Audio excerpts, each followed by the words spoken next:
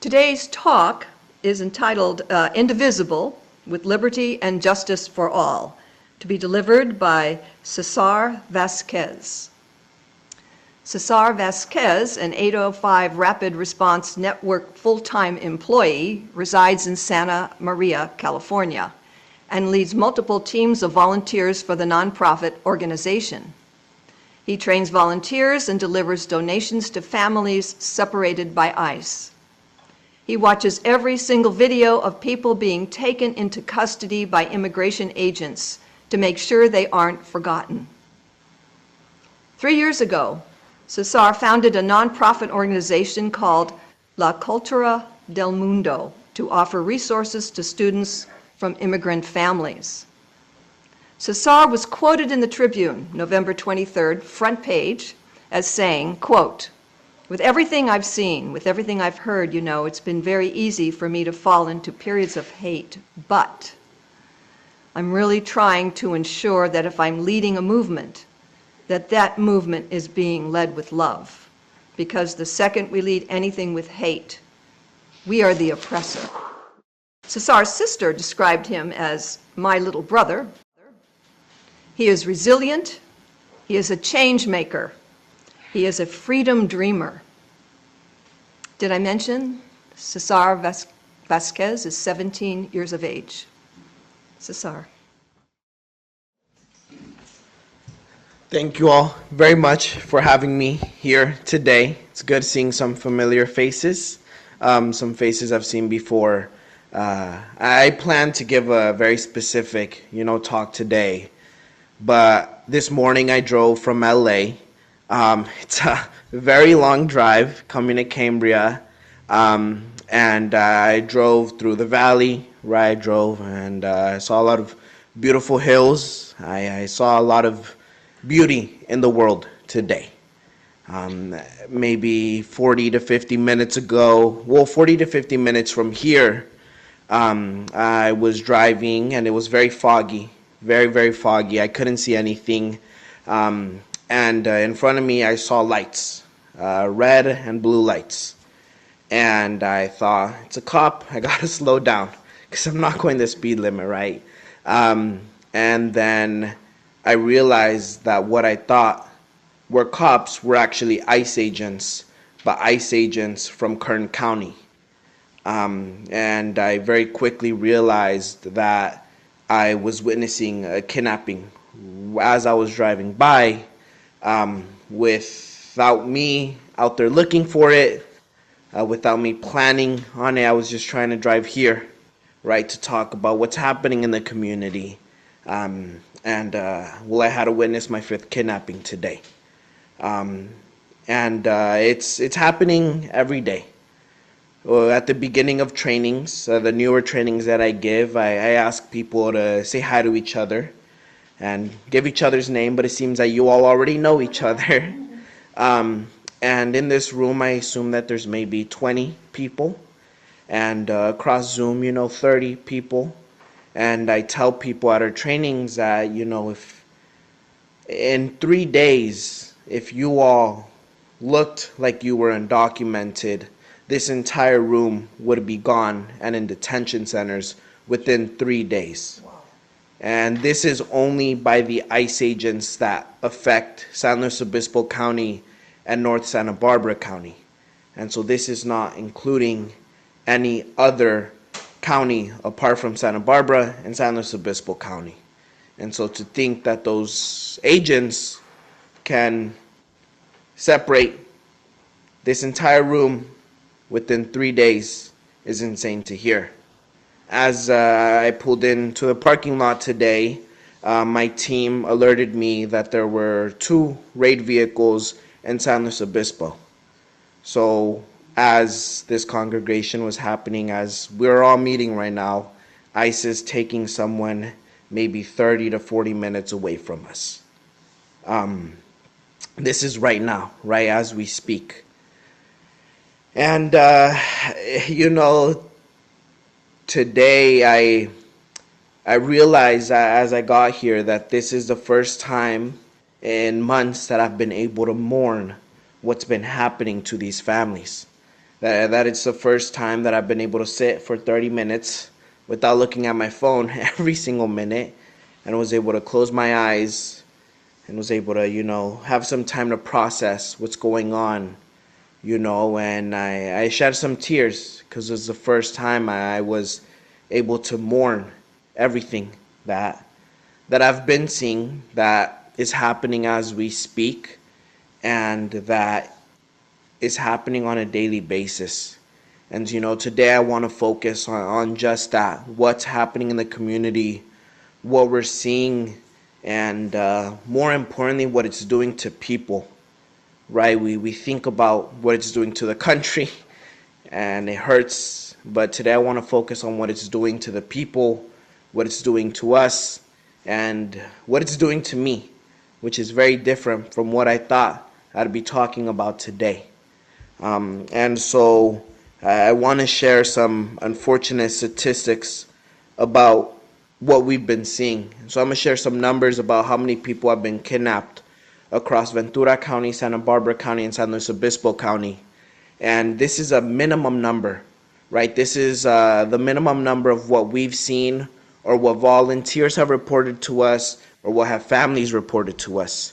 We believe that this number is doubled or tripled, right?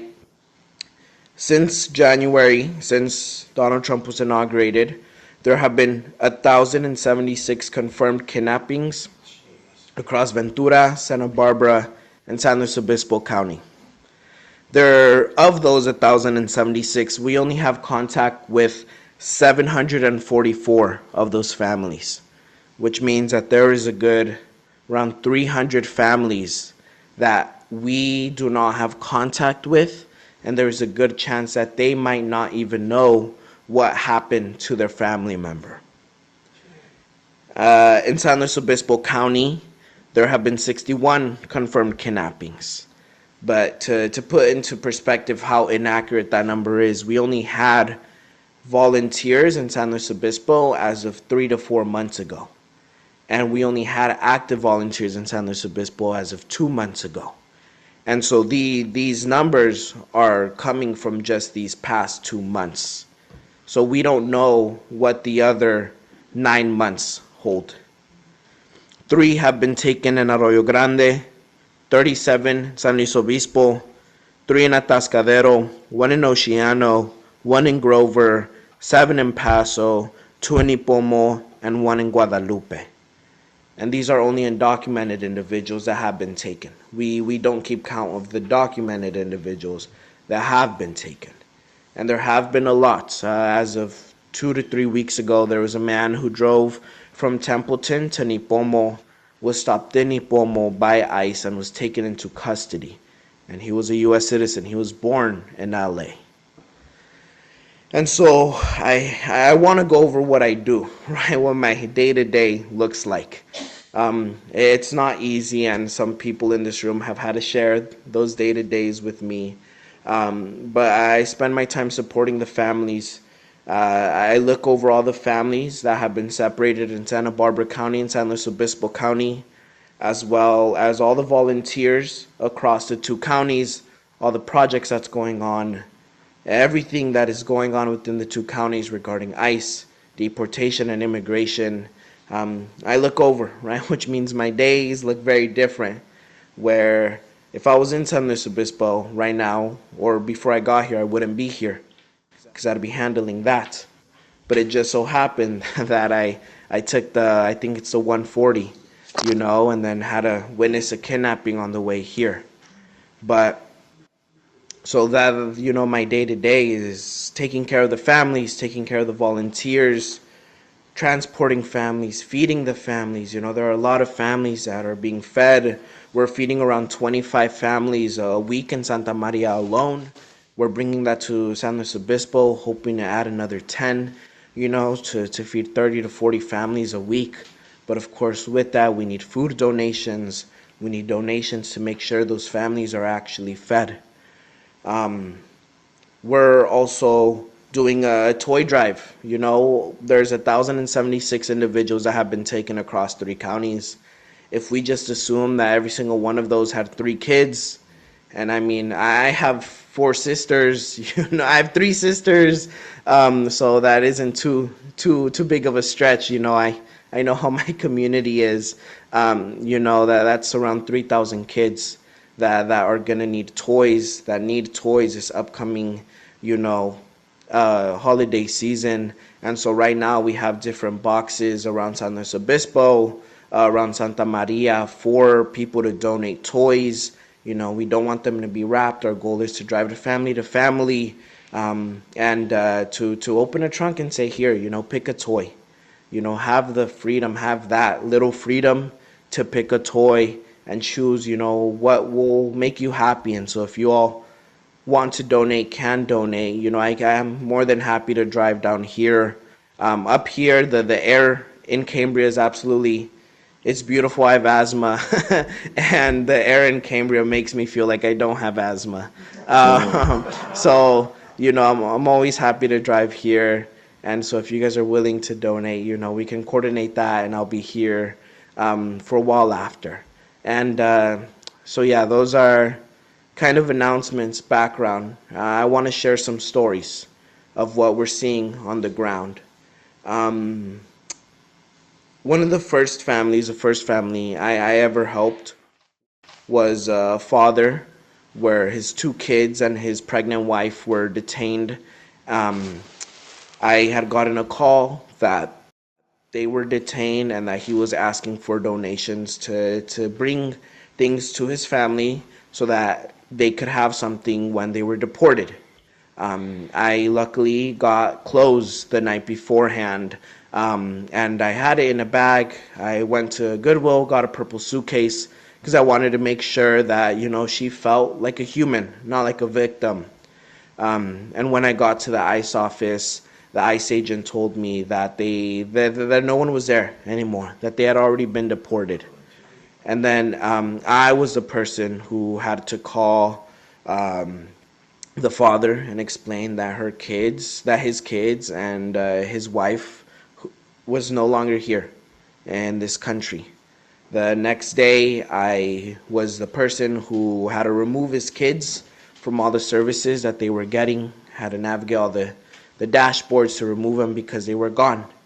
And then about a month later, he called me asking if I can help pay for boxes to send all the items to Mexico. And so I spent the day, helping him pack, put his kids' shoes, toys, clothes in boxes and sent them over.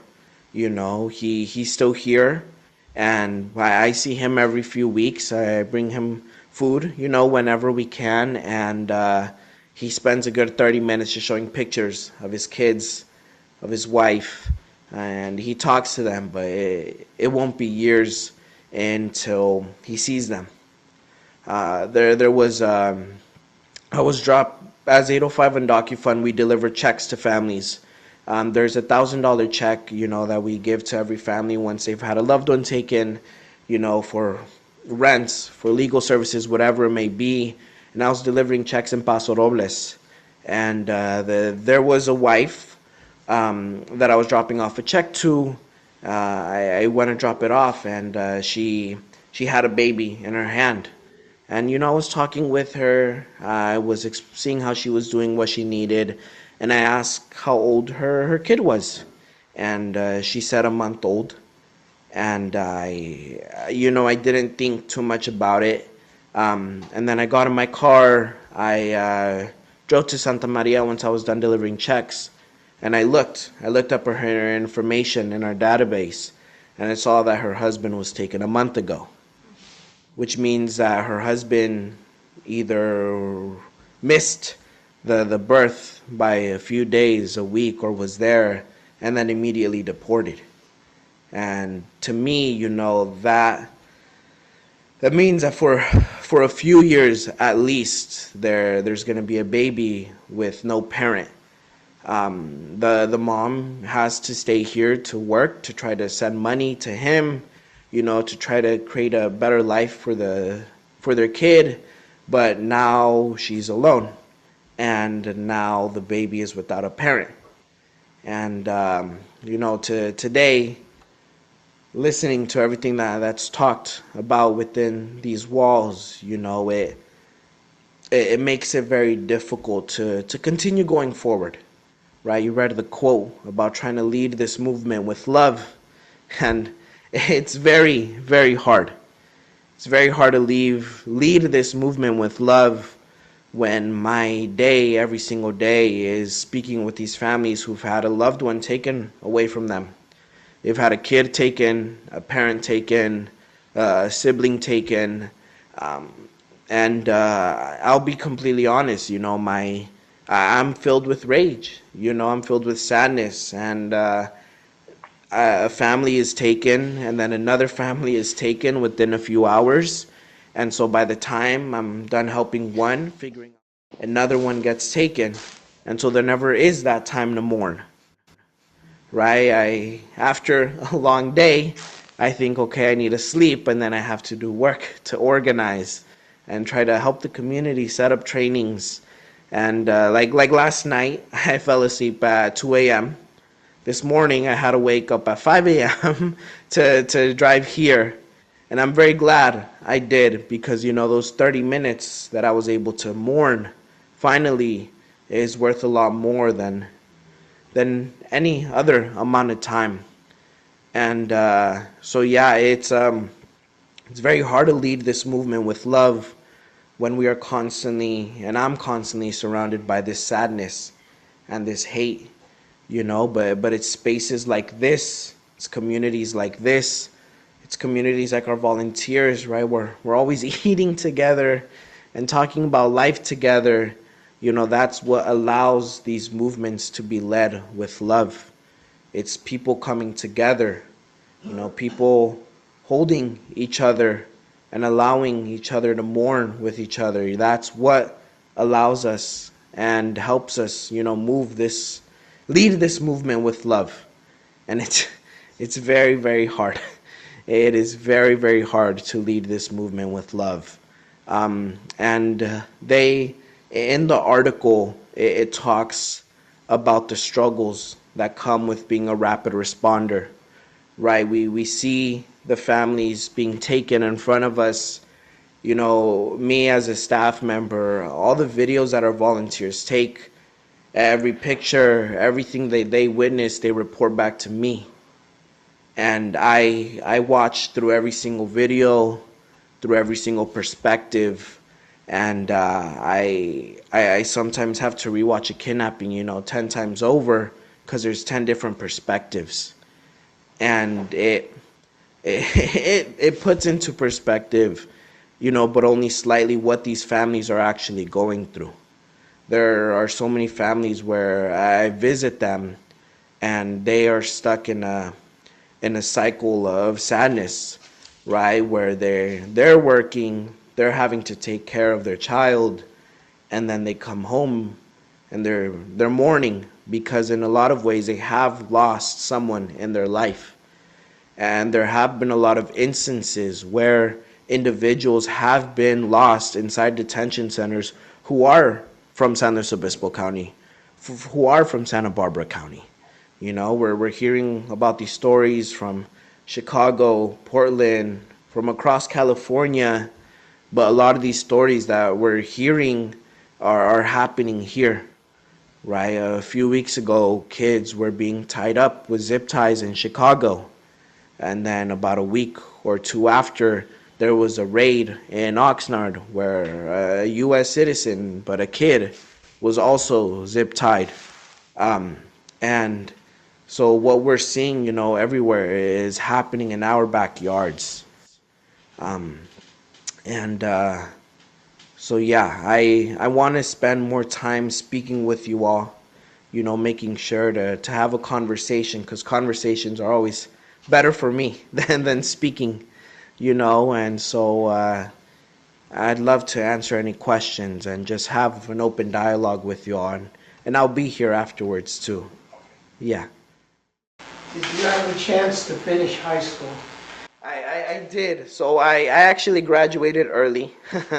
That was not to be impressive, but that was just, high school was a lot for me, the article touches a bit on like my mental health struggles, right? As an activist leading this movement, but I was at a campus that was very there was a lot of discrimination at times, and so I often felt very out of place, which led to a lot of imposter syndrome and anxiety, which led me to decide to graduate early. And I'm very open about that. A lot of people aren't open about their mental health struggles, but I choose to be, because a lot more it's a lot more normal, than most people think. And when I speak to classrooms and I speak to students, I let them know about my struggles. And, there's always a student or two that come up to me afterwards, asking to talk, asking for advice. And so, yeah, I graduated. I was planning on going to San Diego State. And then the world went to hell. And my last day of high school, I decided not to go to college.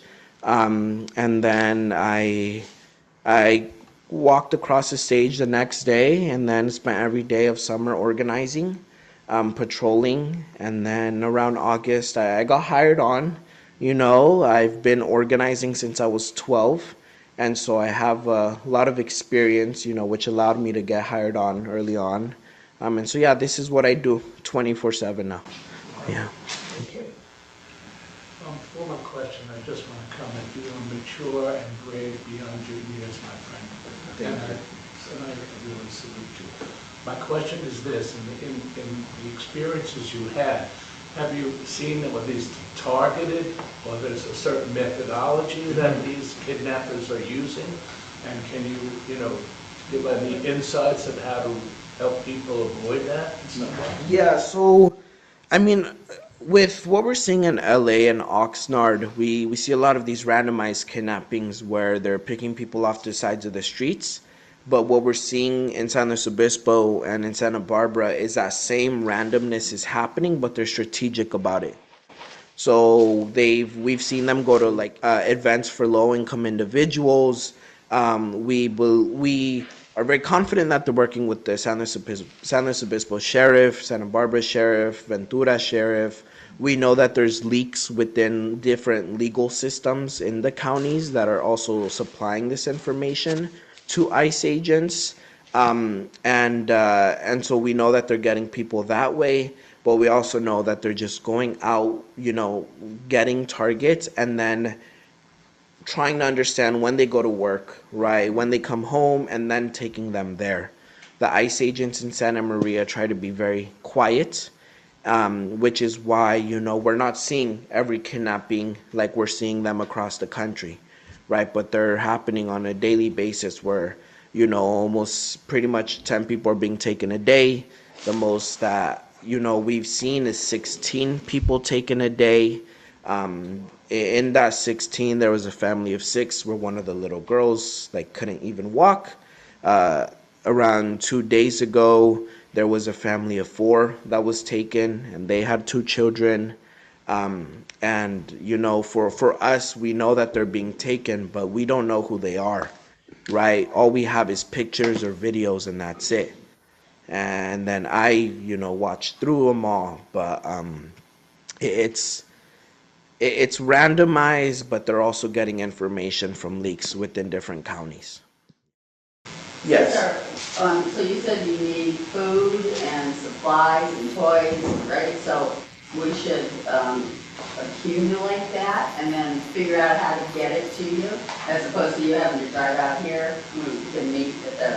Well, if the biggest thing will always be diapers. We're spending around $500 on diapers alone a week, and they're going through very quick. Unfortunately, a lot of the families have a lot of newborns and kids, and so if there's anything, it's mostly diapers. Everything else, we get mostly, but diapers is the biggest thing. If you guys have baby clothes, your grandkids grew out of some clothes, out of strollers, toys, and then also just funds in general. There are a lot of families who need a lot of help who can't get it. in a public manner. They can't get it by a nonprofit. They need help very silently, very quietly. And so, whenever there's cash, whenever there's checks where, it can't be tracked back to the family, that's also always needed. There's a lot of families where they know that they're a target and they can't risk being taken. They can't risk being deported. And so, there comes times where families need that support, to be safe and get a safe place. I mean, we can talk about that afterwards too, but there's always need for the very quiet support outside of the diapers, and the toys. In Santa Barbara County and San Luis Obispo County, we're assuming that there's around 900 toys that we need to collect, to be able to support every single family in Santa Barbara and San Luis Obispo County, which is a lot of toys, but that's also a lot of kids. And, we're trying to be very intentional with it. My parents, they're undocumented. They came from Mexico, my mom when she was 14, my mom and my stepdad when he was 16, and they've been here ever since. But that's why I know how important it is to get a toy, that I like, because we would get toys, and I know that it was like the best thing my parents could do, but it wasn't a toy that, we enjoyed most times. And so we want to make sure that we're giving kids toys that they enjoy, where they don't feel like they're victims or they're getting, the last toy, but they're getting a toy, that they truly want. And what my parents are feeling and seeing, a lot of families are feeling and seeing. My father, for example, he's lost his father and his brother since he's been here, but he hasn't seen them since he was 16 because they were back in Mexico. And so he's had to mourn every loss alone here, right? My mom, I remember I was in, I think, 4th grade when she FaceTimed her mom for the first time, and saw her face for the first time since she's left. And my mom's, I think, now 47. Don't tell her I told you that. But, that was maybe 10, 15 years, 10, no, maybe like less than 10 years ago now, which means that she went a good 20, 30 years, without having to see her mother or hear her mother's voice, see her mother's face. And, my fear is that a lot of these kids will see that, will have to go through that, where they won't be able to see their parents' face because they have been deported or they will be deported. And right now we're only seeing more and more people being taken. They're only becoming more and more aggressive.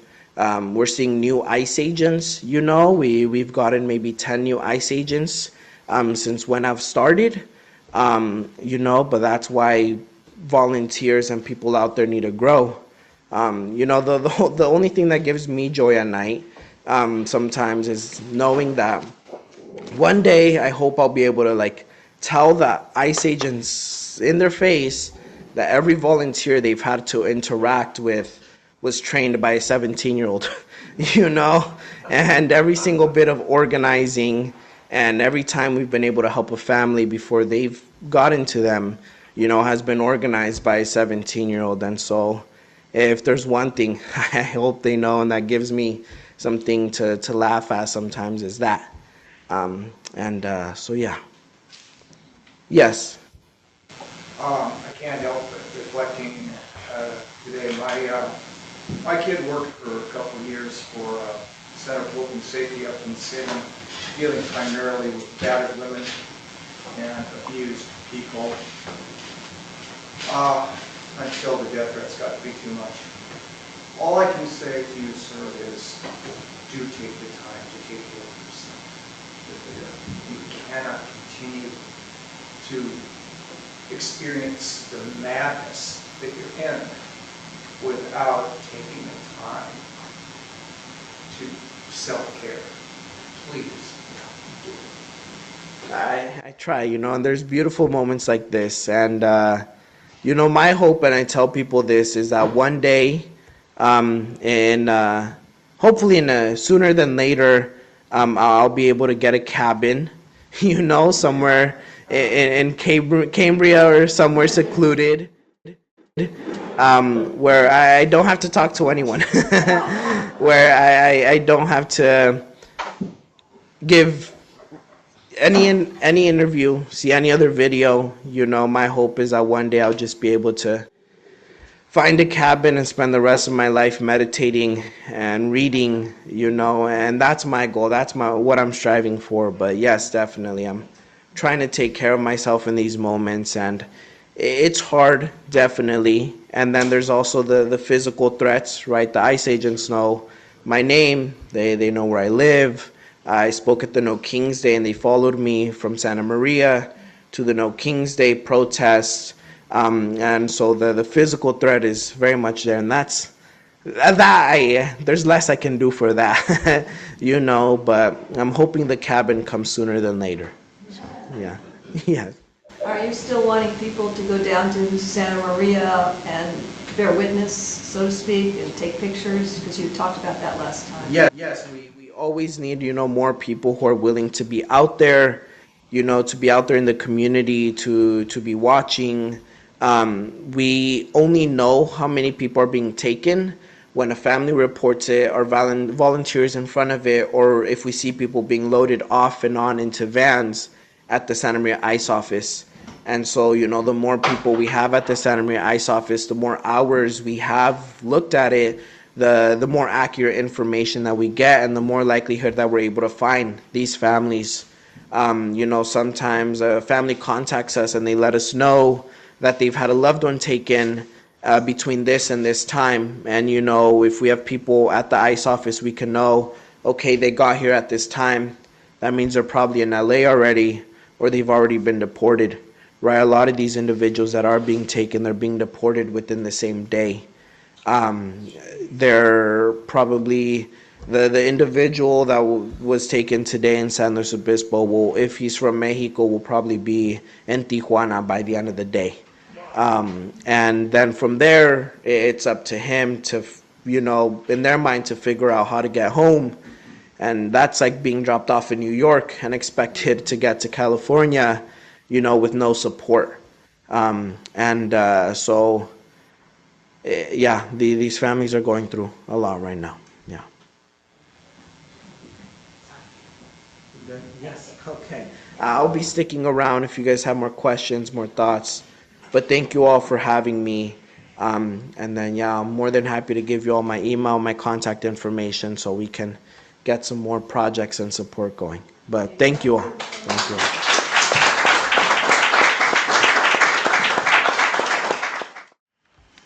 The morning offering will now be given and received.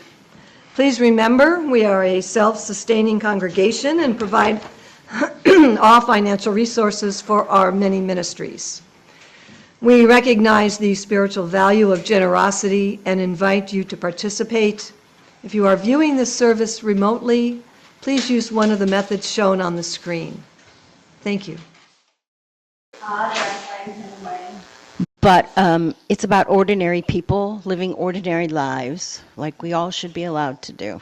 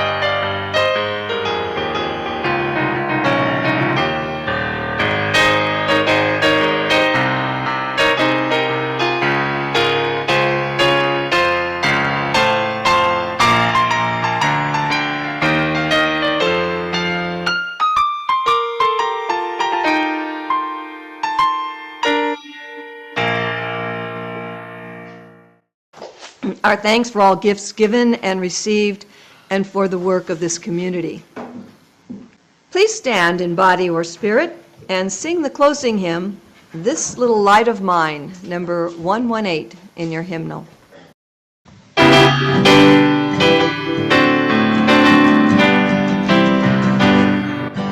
This little light of mine, I'm gonna let it shine. This little light of mine, I'm gonna let it shine. This little light of mine, I'm gonna let it shine. Let it shine, let it shine, let it shine. Everywhere I go, I'm gonna let it shine.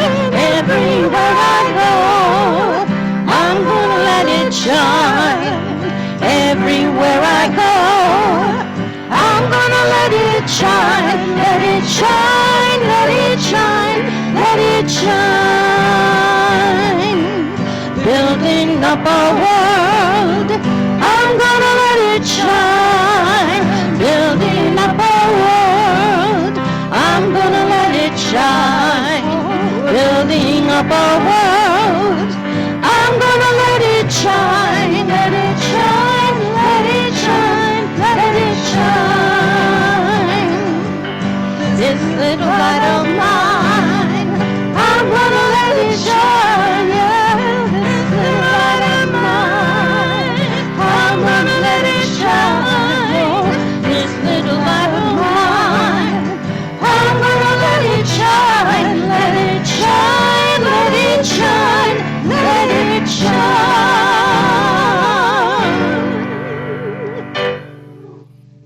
As we prepare to extinguish the chalice, let us recite the valediction. It is our work shared with each other in covenant that creates and sustains this beloved community. We extinguish this chalice as the light of this faith lives on in us, together in our hearts, minds, bodies, and spirits. Please extinguish your chalice at home now. Now we're going to form a circle and join hands, and Cesar will lead us in the final words.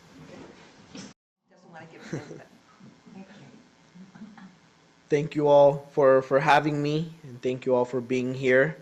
I hope this can be a reminder to lead, our lives with love and hope, even when it can feel impossible, and know that, every single one of us has the power to create change that is everlasting, and change that might not always be recognized, but someone will always remember it. So thank you all for being here and having me. Thank you. Thank you.